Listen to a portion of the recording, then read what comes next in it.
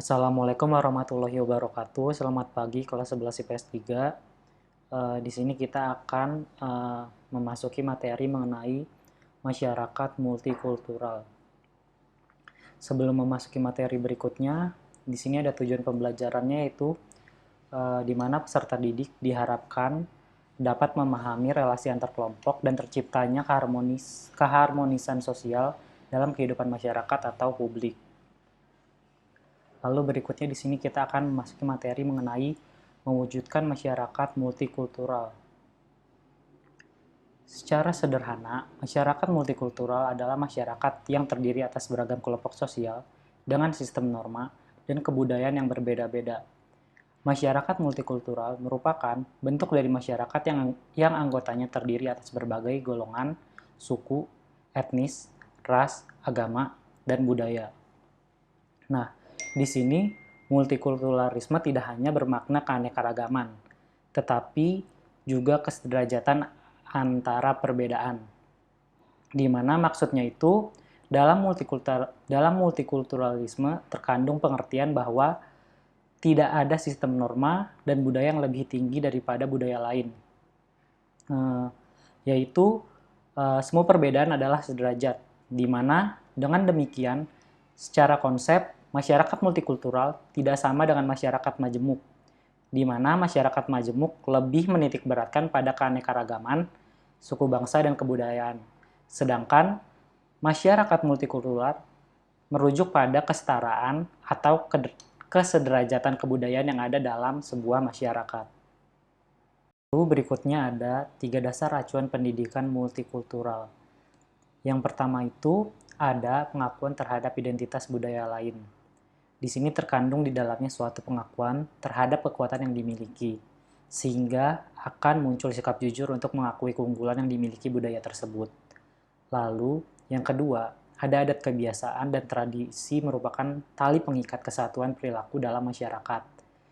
Di sini itu ada contohnya seperti hari raya dalam sebuah keagamaan, di mana masyarakat bisa erat hubungannya satu sama lain karena adanya kebiasaan atau tradisi tersebut yang sering dilaksanakan oleh masyarakat tersebut. Lalu, yang ketiga ada kemajuan yang diperoleh oleh kelompok tertentu dapat dilihat sebagai sumbangan yang besar bagi negara. Misalnya itu seperti keindahan dan pesona budaya di masing-masing daerah, di mana akan mengundang banyak wisatawan asing untuk berkunjung ke Indonesia yang menyebabkan meningkatnya devisa suatu negara. Lalu dalam hal ini, sosialisasi masyarakat multikultural begitu strategis dan dibutuhkan dalam rangka mewujudkan masyarakat Indonesia yang ideal dan lestari. Lalu ada 3 tahap pemecahan masalah. Yang pertama itu ada tahap orientasi. Nah, dalam tahap ini, anggota kelompok saling bertanya dan saling memberi informasi di mana sehingga terhindar dari pemahaman atau pengertian yang keliru antara pihak yang berkepentingan. Lalu yang kedua itu ada tahap evaluasi. Dalam tahap evaluasi ini, tiap anggota kelompok membahas informasi dan saling bertukar pendapat.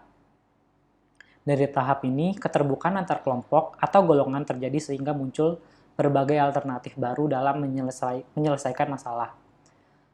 Lalu yang terakhir itu ada tahap kontrol, yaitu dalam tahap ini tiap anggota menyarankan untuk mencari jalan keluar dalam mencapai suatu kesimpulan akhir.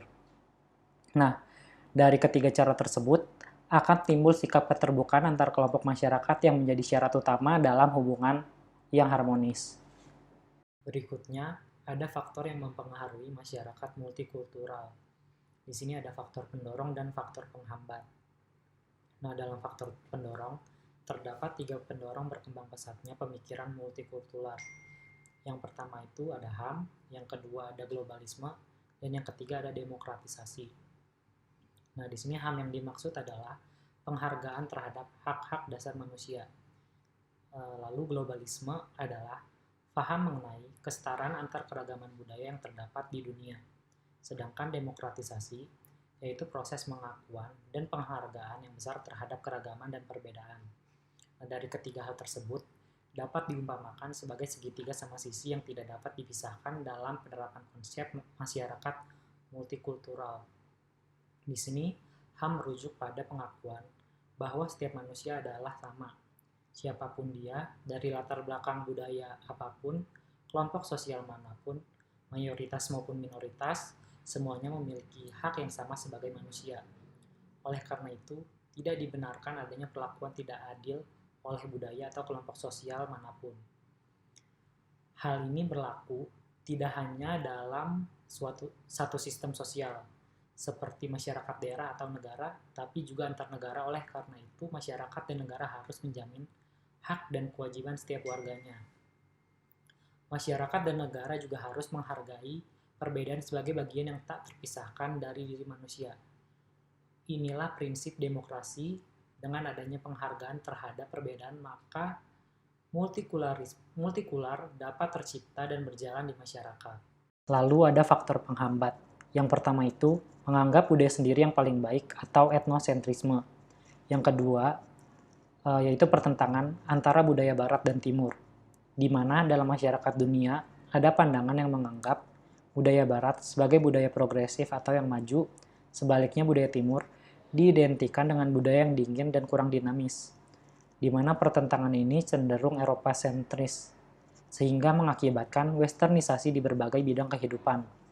Lalu yang ketiga itu ada pandangan yang paternalistis.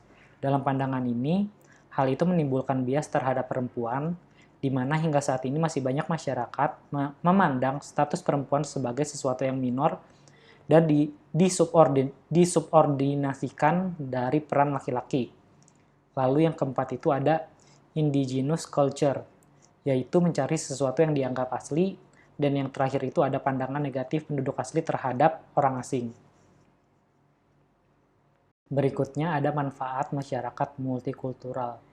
Yang pertama itu, melalui hubungan yang harmonis antara masyarakat, dapat digali kearifan budaya yang dimiliki oleh setiap budaya. Yang kedua itu, memunculkan rasa penghargaan terhadap budaya lain, sehingga muncul sikap toleransi yang merupakan syarat utama dari masyarakat multikultural. Yang ketiga, menjadi benteng pertahanan terhadap ancaman yang timbul dari budaya kapital yang cenderung melumpuhkan budaya yang beragam. Dan yang keempat itu, menjadi alat membina dunia yang aman dan sejahtera. Dan yang terakhir itu, mengajarkan suatu pandangan bahwa kebenaran itu tidak dimonopoli oleh satu orang atau kelompok saja, tetapi ada di mana-mana, tergantung dari sudut pandang setiap orang. Mungkin sekian materi pembelajaran pada hari ini. Terima kasih untuk kelas IPS 3, kurang lebihnya mohon maaf. Berikutnya akan dibuka sesi tanya-jawab di grup WhatsApp. Wassalamualaikum warahmatullahi wabarakatuh.